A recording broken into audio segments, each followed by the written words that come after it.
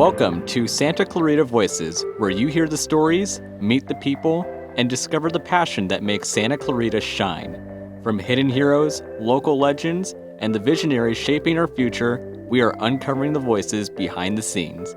Santa Clarita Voices is on air. Welcome to the City of Santa Clarita's new podcast. I am City Manager Ken Striplin.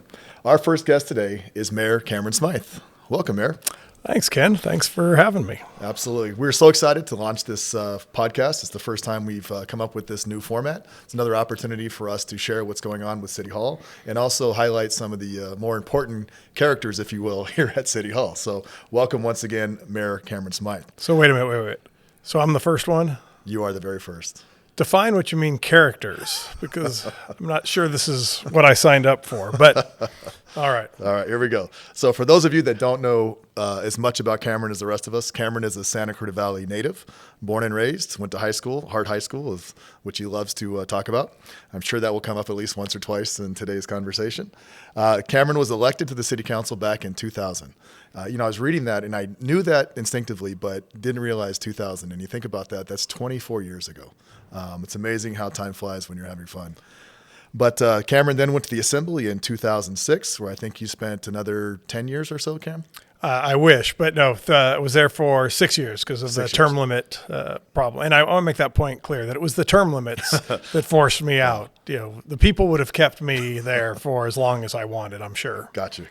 Yep. Well, their loss is our benefit. Well, right. So Cameron came back to the city council in 2016. Now, after serving more than 2.5 decades, like I said, 24 years of service to the community, this will be Cameron's last term and will be leaving office here in another month or so. Cameron is married to his wife, Lena, and has 3 kids, Gavin, Rowan, and Kenley. It's been amazing, even as a friend of yours, to watch the kids grow up. And I was at the gym the other day, and I saw Rowan walking by in his tank top, pumping more iron than I can do and you can do. And it's just amazing to watch how quickly you see people go through public service, but you see the personal side of their families and watch them grow up with them as well. So you must be very proud of those 3. Sure, and it is. Those of us that are parents, your kids are kind of a timeline. And when I was first elected, I was in my 20s.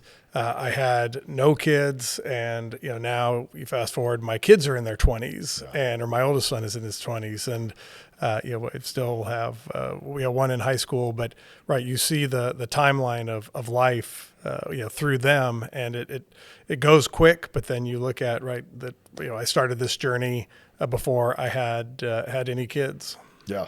And it's crazy. It feels like when your kids get to high school, it's slow until they get to high school. And then once they get to high school, you snap your fingers and they're off and they're adults and they're doing their next phase of life all on their own. No doubt. And it's a little different with my kids just because of the pandemic and the kind of arrested development of them and having to stay at home for a year and a half of school. Kind of in a way, as a parent, you're kind of selfish because you get that extra time with them that you weren't really planning of them being home, but it does change quickly. And now that I've only got one kid at home really full time, and it's a crazy transition. Yeah, I can imagine. I've got one that's pretty much done and 2 others, but I can imagine when my daughter gets to that age, when she's the last one there, it's going to be the one that I hold on to the tightest, knowing that it's interesting. Once she's gone, she's gone. It's interesting because I look at it a little bit. I have found it at least to be a little bit different because I made a conscious effort when I came home and left the legislature. Part of the reason I did that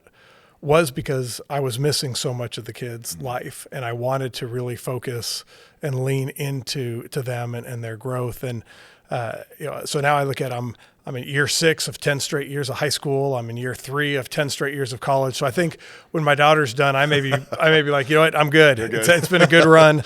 It's time. Not pushing right. But you strong encouragement. What school you need to go away to school. Let's encourage that. Yeah, well, I look forward to that. It is. It is. Well, good. Well, hey, Cam, let's go back and I'll ask you a few questions and go back a little bit over the time you spent here at the city. As you mentioned, when you ran for council, you were in your late 20s. Which one was it? Late 20s? Well, let's talk about that. So when I ran and lost, I was in my mid 20s, let's say. When I ran and won, I was in my late 20s. Okay. Well, even late 20s, that's a big decision as a young man. So what was why did you run? What really gave you that impetus to put your hat in the ring, even after not winning the election the first time, being able to come back and run again? And what kind of drove that interest? Sure. And it's something that I share with when I speak to groups of students or others that, I never had a intent on being in public office. I didn't, I wasn't in ASB or student government. I didn't major in political science. It wasn't literally anything that I had intended. And what I tell people is, you got to be open for opportunities that come your way that you may never have thought would be a path. And when I graduated from college, my dad was actually running for the city council at the time, and I helped out on his campaign. And he was fortunate enough to be successful. He still had the nickname Landslide Clyde because he won by 16 votes. And I was the one actually at City Hall at the time when he was at the old Rattlers doing his election night party. And I was the first one to see the results coming in. And it was something that I really kind of caught the bug from a competitive standpoint. I played sports growing up, and finding a professional outlet for that competitive nature, politics kind of fell into my lap. So I had always thought that I would spend my career doing the campaign side as opposed to really the policy. But after he retired from the council, I was working for a legislator and had done some campaign work and was out in front on some issues, and realized that I was comfortable, in that position, and was okay with being in a leadership and taking the responsibility with it that comes along with making those decisions. So, in my hubris at 25 years old, I thought that I could be on the city council, and decided to run. And at the time, we did the at-large election, so it was the top three, and I finished fourth behind Joanne Darcy, Frank Ferry, and Lorene West. And and so again, you go into life and you have moments where you have to make decisions about your path. And I realized that when I ran the first time and wasn't successful, I didn't do everything I should have. All the things I advised other candidates to do, I didn't do myself. So I kind of joked that I gave myself 2 weeks. I moped. I watched Starship Troopers a bunch of times on I don't know why that movie was on, but I watched that a bunch of times, and decided, what, I'm going to run again, and I'm going to do everything that I should have done the first time, so that if I'm not successful, I can at least leave knowing that I went out, doing everything I should have. And fortunately, I was successful in 2000, and kind of started the path. That's great. It's having been very fortunate to be in this community and working for the city for almost 30 years now. I've had the opportunity to work with a lot of amazing council members. And as I was first coming in, your dad was kind of finishing his term. And obviously he was a great guy, did a lot for the community. But if you had to lose an election, those three members that you mentioned, that's a pretty good cast of people to lose to. Well, and ended up being long-term council correct. members. Lorene's still here. So this certainly was probably an uphill battle. And both Frank and Lorene had lost in 1996. They had run and lost. And it's something when you look back at all of the council members, a majority of us have lost at some point. Right. And I think that kind of speaks to the community, really, especially when we were starting out as a city. I think the community really wanted to test you and to make sure that you were committed to the job and really willing to serve. And so I think I took that as also a lesson that, again, Frank and Lorene had lost. They came back and were successful, so that was an encouragement for me as well. Yeah, and he's not here, but we would also point out that Jason Gibbs lost his first council election as well. Came back the second time. Councilmember McLean, she lost as well. Councilmember Boydston, former Councilmember Boydston, former Councilmember Jill Klatchik. So I mean, there's a whole. Now we're going way back. Well, I'm telling you, you see that, and again, history is full of good people that had they quit, would the first time history would be much different. Absolutely. Well, you talked a little bit about your dad, Clyde Smyth, and growing up with a father who was a mayor, he was a superintendent for the school district, did a lot for the community. How did your relationship watching Clyde, how did that shape you as you stepped into the political side of things and made those decisions? It's something that I didn't realize how influential it was until I started, into, and getting involved. Because, when you're a kid, excuse me, and your dad is the superintendent of your, junior high and high school and signs every teacher's paycheck from 7th to 12th grade, you have a different perspective of that. And, this is before we were even a city. So, and I think, your kids, have a similar experience where, again, the dad's the city manager, the CEO of one of the largest employers, in the community. It definitely has an impact. And, it wasn't always great. Certainly there were plenty of times when I wished that my dad wasn't the superintendent, and some of those times. But it also taught me a lot about public service. There were times when I was, I think, in junior high school, and my dad was negotiating a contract with the teachers, and there were teachers holding picket signs against my dad, and I had to sit in their classroom. Wow. The very next day. And, to my dad's credit, he made it very clear that, hey, you don't fight my battles, and you show the teachers the respect in that classroom. And, that is your role. And I remember saying basically the exact same thing to my kids during the COVID, time and the decisions that I had to make. Right. That made sure that my kids knew that, hey, you are not to fight my battles. You're going to hear a lot of difficult things about the decisions that I've had to make. And, that is my fight, not yours. Right. And, so you pick up on how to interact. I remember when I first came on the council, there were some developers that were working on projects here that I remember my dad talking about when I was 10 years old, sitting at the dinner table, and I remember a couple of times calling him and say, hey, guess who I met with today? And I remember my dad did not speak kindly of them when I was 10 years old. So it did, right. Kind of adjust my perception. But, like anything, I think the biggest influence on my life certainly was my dad, and, both personally and professionally, and tried to apply some of those lessons today.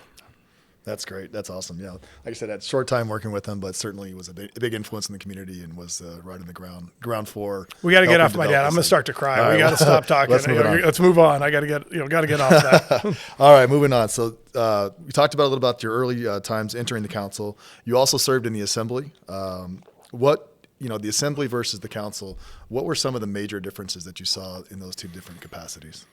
So one, the issues, right? You don't realize till you're up there how big California is and the breadth of issues that the state touches.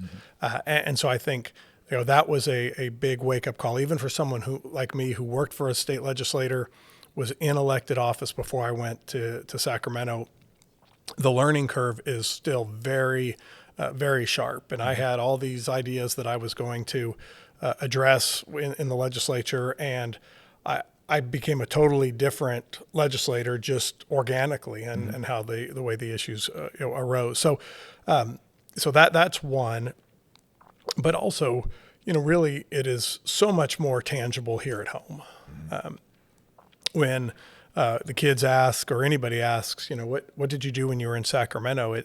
It's hard to point to, because again, it's just such a large body, and I have a few legislative victories and things that I was able to accomplish, but it's really much more tangible here at home. And you can point to the parks, the roads, the city programs that my kids were enjoyed or used, and you can say we built this park, or we built this aquatic center, and those things are much more tangible. So I think you can see the impact that you can make locally much more than you can when you're in the legislature. And certainly I was a member of the minority party in the legislature, so that also limited where I could really have an impact. Now, that being said, nobody stops me at the grocery store to ask about, Assembly Bill 525 that's going through the legislature That pothole, though, on Lyons versus Avenue. right versus what's happening in their neighborhood in the city, and that's okay. I think that's local government is really what I think our founders intended, because you have to have that interaction. You live with the decisions you make, and you're impacted by them, and you have an immediate feedback from how those decisions are received. They love it or they hate it, and they're not afraid to tell one you. way or another, right? It's interesting, and I don't know if you've ever done the math. That obviously I'm more of a numbers guy, but I don't know if you've realized that you talk about the impact that you've had as a council member or as a mayor. I don't know if you've ever gone backwards and thought, like, how much money have I been responsible for investing back into this community? And I can tell you, just quick back in the envelope, as a council member, as a mayor, you have been part of almost $500 million of infrastructure and amenities put back into the city of Santa Clarita in the time that you have served. And you think about the enormity of that, what that really looks like, what the community used to look like back in 2000 versus what it looks like today. And I often talk to staff about the fact that the unfortunate part is people see what you've accomplished, they forget what it was before. The biggest example, I think, is the Canyon Country Community Center. If you think about what that corner looked like before the council took the action to completely revitalize that area versus what it looks like now. And I think that's a very big example of what you're talking about, the impact of being a council member and being able to go in and kind of start over. Use the tools that you have the finances to, and the wherewithal to go in and create something completely new that will benefit the community far after you've left council or any of us have served in the city. And you see such opposition to those initial changes. Like another example I would say is kind of our sign ordinances. And I remember, how difficult that was. But if you look at pictures of Lyons Avenue, in 1984 versus today, it is, nobody can say that it was better then. And, and again, it's, you can't, all the signs, and it really is again, tangible, recognizable transformation. Yeah, and I remember going through that sign ordinance and the pictures of Lyons Avenue and what it used to look like. And that's another one of those things. We're kind of dinosaurs in that we have all this history of things and how they went through and what they used to look like, because it definitely paints a story of what this community would have looked like had the city not become a city and the council not taken the courage to fight those battles and make a change for the long-term benefit of the city. And that was a big reason, when you ask, why did I run, and a big reason was recognizing that Santa Clarita was going to be changing dramatically. And it was important to me that we still maintained that initial feeling of what our community was. And so it was important to have, I felt, to be someone like myself who was born and raised here, remembers what it was like growing up here, and still trying to maintain that quality of life, that small town feeling, despite the growth that was coming, and to be able to manage that with an eye towards what we used to be. Right. Well, let's lighten it up a little bit here.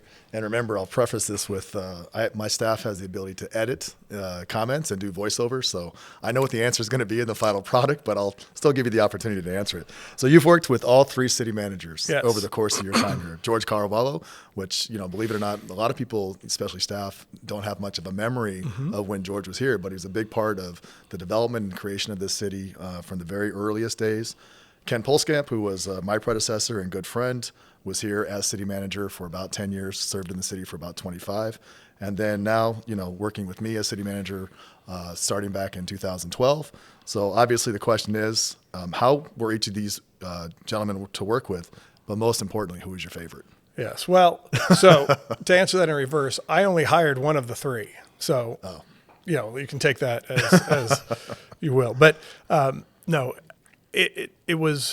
it's interesting because I think all three of you, really represent kind of the time in the city's history and the way you ran the operation. And, George was very much kind of an old school city manager, superintendent. My dad used to talk about this, and he and George used to kind of go back and forth that, George would like to have really long meetings and back weight all of the controversial items. And my dad used to say, "Hey, I was the superintendent. You want to kind of get these things through when we're tired at the end of the day." Right. And and I struggled with that because as people forget that the city council is a part-time job, and so I was still working full-time. Frank Ferry was working full-time, and to have council meetings that ran until 1 a.m, was just not a great way to run a business. So I struggled with that with George kind of backloading a lot of the long meetings. So Polskamp again, second, still took some of those lessons, but I think he really transitioned us into kind of the more digital time, and so because when I started, we didn't have our agendas online. That's right. They were still getting dropped off, at my house, the hard copy, still getting dropped off. And so Ken was able to, I think, kind of transition, that time to bring the efficiency, with it. And then certainly, you definitely have the shortest meetings, which that raises you very high in my opinion. But again, I think you're a perfect representation of the community now. Having young kids, you're like me. When I came back to the council, that was important to me because I had 3 kids, all under the age of 10. They were active in the community, doing all the things that the city offers.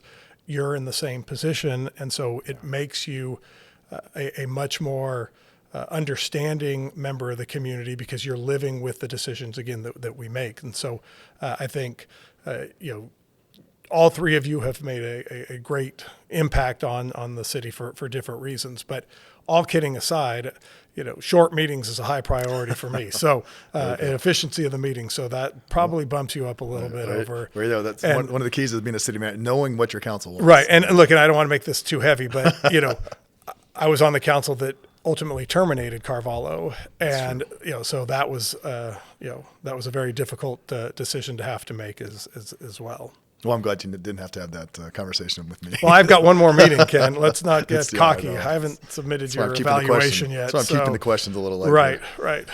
I kind of wrote, and on top of that, over the last 24 years, you've seen a lot of citizens, activists come forward before the council. And I was going to put you on the spot and say, who is your favorite activist? But maybe I'll let you leave that as a surprise for you when you write your memoirs in retirement.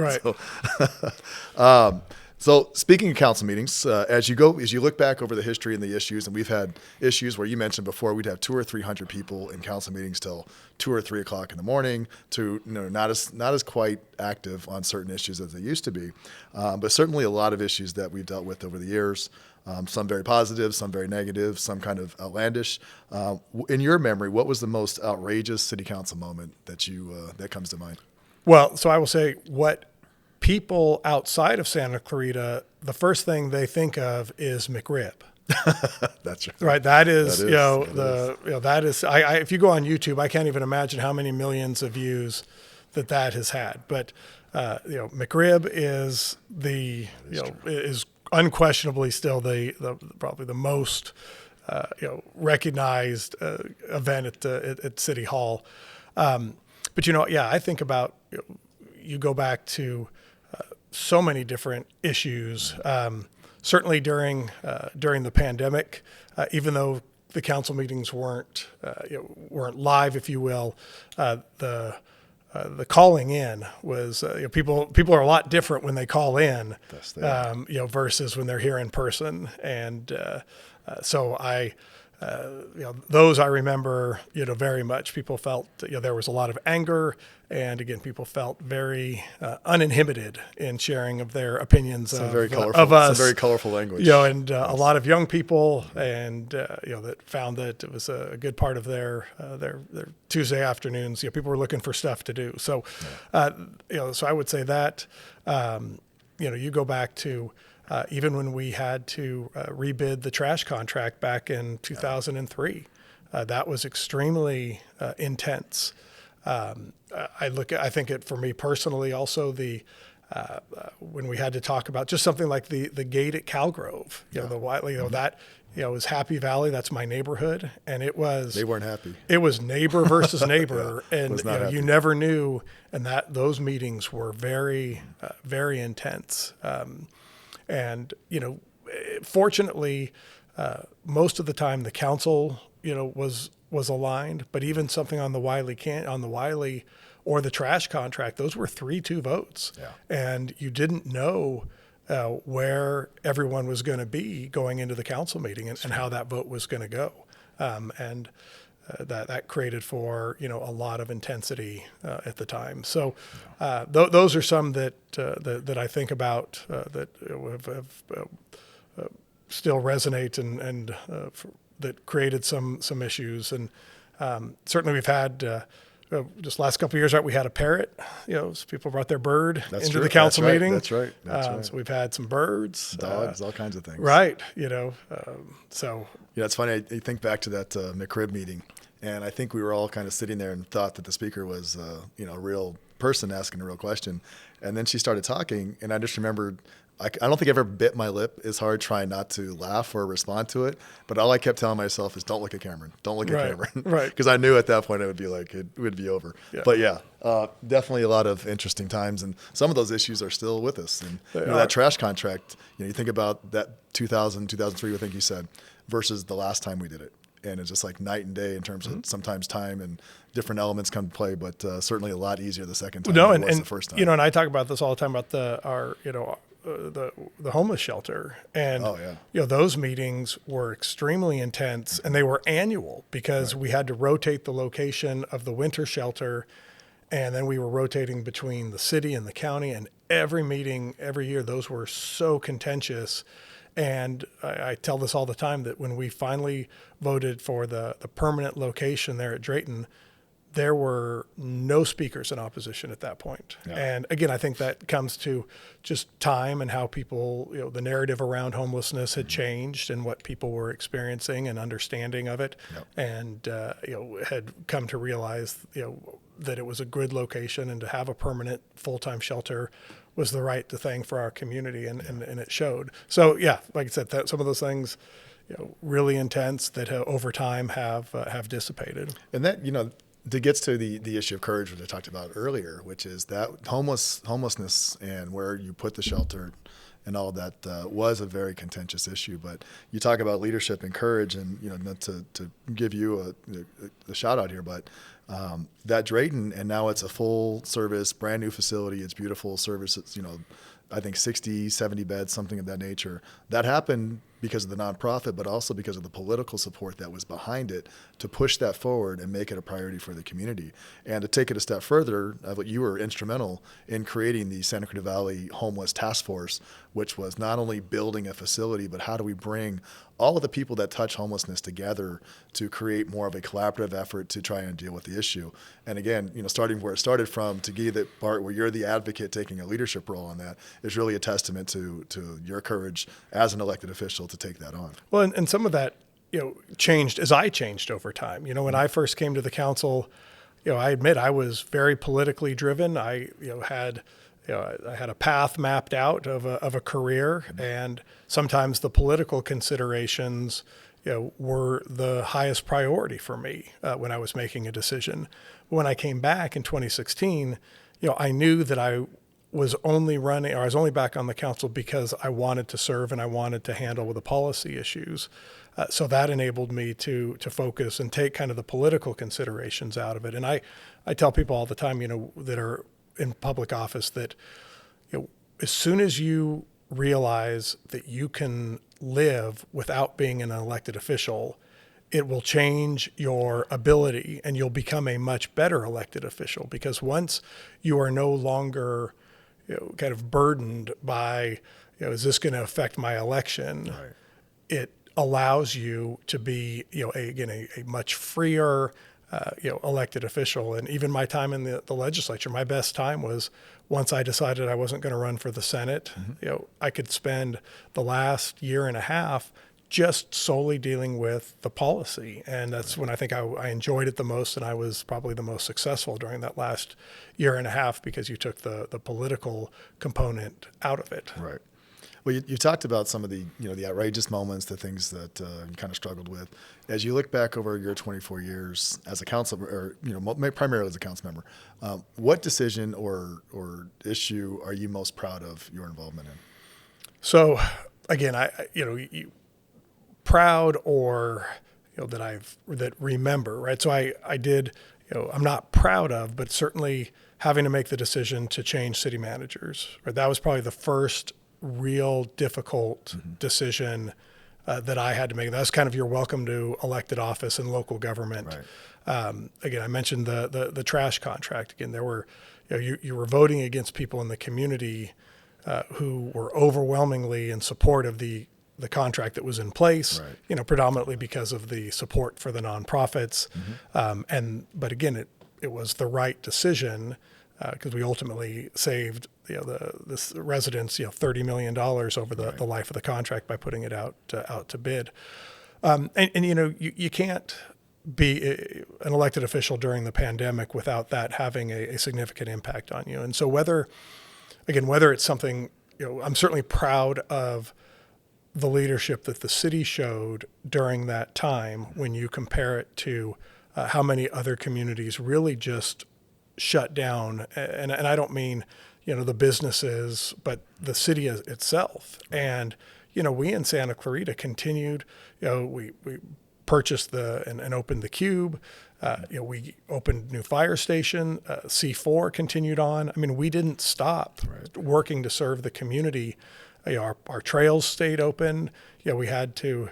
I do remember a couple times. We had to shut down the baseball fields because teams from other communities were coming up to Santa Clarita to use our fields because we were open. Yeah, that's right. And that was difficult. And the fact that we had to call in the National Guard, that certainly is the one decision that I will always remember that we had to make. And to say proud, I don't know if that's the right adjective, but we were watching what was happening in real time, and I remember Mayor Garcetti standing up at a press conference saying, "I'm not calling in the National Guard. This isn't 1993. We don't need this." And then 3 hours later, he realized that was the wrong decision. And by the time the Guard came in, a lot of people were impacted, and a lot of businesses, were burned and looted. And so we made the decision, to be proactive. And I realized that was a very real, impactful decision that I was going to have to defend. Right. And I thought it through and said I would much rather defend calling in a National Guard, when it wasn't needed, than not calling them in and seeing what happened in LA. And so I think that is probably, again, the one decision around the pandemic that really sticks with me as one that we'll always remember, and one that you never thought, trash contracts, Calgrove gates. The National Guard driving down Valencia Boulevard is not all of that. Right. Those are all, that's part of the gig. But calling in the National Guard was not anything that I'd ever thought. No. All right. So the reason you're leaving council at this point is because of the switch to districts, not because you're tired of us here at City Hall or getting bored of what you're doing. But so how do you think? As far as you know. Yeah, as far as I know. That's what we'll go with that. Just had our first election, which was based on the first two districts that were approved. So this new district-based elections, how do you think this is going to impact the city in the long term? I think it's going to have a real impact. You just look at the county of Los Angeles, and one of the reasons we incorporated was because of the structure of Los Angeles County. And while at the time Supervisor Antonovich may have been our advocate, he was only one vote out of 5, and so many of these county developments and regulations were being put on our community. Even if when we didn't have a say, even though our one supervisor may have been supportive, and then we didn't have any recourse. Right. We couldn't go and vote against and remove any of these supervisors that that were putting things on our community, and I think that's why we initially were an at-large elected body, and that's why the community didn't want a directly elected mayor either. We were impacted by the county, and so now being forced to go to districts, I think in the short term it'll be fine because we have council members that were elected at large initially and still view it, even if they're in a district, they will still view it as they're representing the entire city. But we are going to get to a point where you're going to have 5 council members who know nothing different than the districts, and I worry that you're going to then fall into these same little kind of regional battles that you have in the county. And I also point out just we were forced to go to districts based on the Voting Rights Act and the need for Latino Latino representation, despite the fact that we already have and have had Latino council members. But you look at the elections, Councilmember Gibbs' district, he ran unopposed. Right. So we didn't even have an election there. Mm-hmm. And then District 1, the other, we had 3 people run. Right. You go back 2 years, 4 years, there were 10, 12 candidates running of all ethnicities, all backgrounds, all areas of the city. And then you go to districts and first one, first time someone's unopposed. Right. So I question if that's the kind of really the type of democracy that that the plaintiffs wanted for Santa Clarita, when now you've got people in office who are running unopposed. And you see that in the school districts as well. Mm-hmm. I can't remember the last time Sulphur Springs had an election. Most of their board members have been, are running unopposed, so they don't even have to run. And great, saves the district money. Right. And there's a lot of good people on that on the board. So it's not a an indictment on them. But if you just had at-large districts, would that change? Would you have more candidates? So I do worry in the long term, what that what that could look like. Time will tell. Time will tell. Well, we've spent some time kind of getting some insights from you. We appreciate your openness and kind of looking at doing a journey backwards over your last 24 years. So as you embark on your next adventure, what does the future hold for Cameron Smyth? I live by this quote that, man plans and God laughs.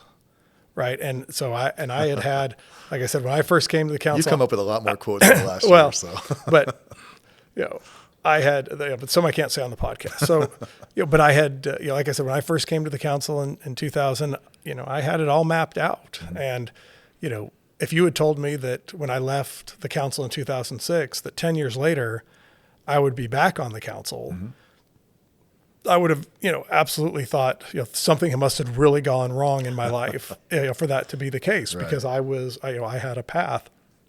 But as it's turned out, these last 8 years have been some of the most enjoyable times, I've had, in elected office, and I think impactful. So I've learned never to, speak in absolutes. Mm-hmm. I do intend to maybe, take the year off and just kind of decompress and evaluate what I might want to look at from a political standpoint. But people forget, the city council, mayor, it's a part-time job, and you have a full-time job to contend correct. With as well. And so I have so as soon as I leave the council, I just continue to roll into my my regular career, and but I never say never, and there's a lot of political opportunities coming up in the future. If I wanted to, I could run again for city council in 2 years because of the way the districts are set. There's, so you're saying there's a chance? I've been, I've already, now that Congressman Garcia has lost, I've taken a few calls about that. County Supervisor, Supervisor Barger is in her last term.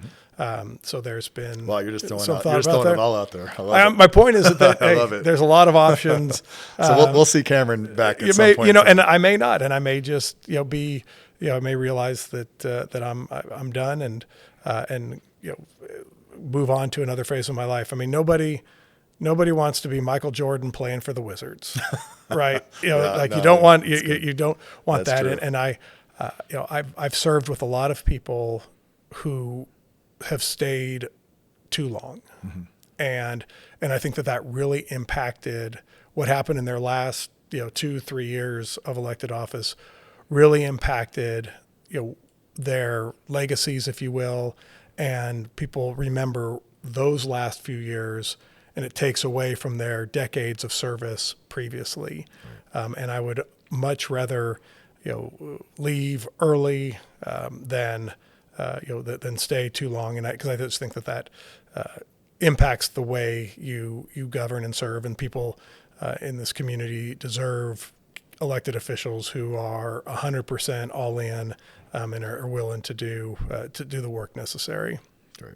Well, I can tell you, Cameron, it's been an honor and privilege to serve by your side for the last 24 years. I was there pretty much all of those years, and you've been an amazing leader, amazing person in this community that really has committed yourself and dedicated yourself for the betterment. And Santa Clarita is much better for having you as both a mayor and council member for all that time. So we obviously wish you the best of luck after next month. Right. And know that we will see you in the near future. No, thank you. And I say in all sincerity that being the mayor of your hometown is really something special. And my first term, I was able to invite my first, second, third, fourth, and sixth grade teachers were all in the audience, for that. And I think part of it was they couldn't believe that I was actually the mayor. But secondarily, it just spoke to how much people stay in this community. They love it.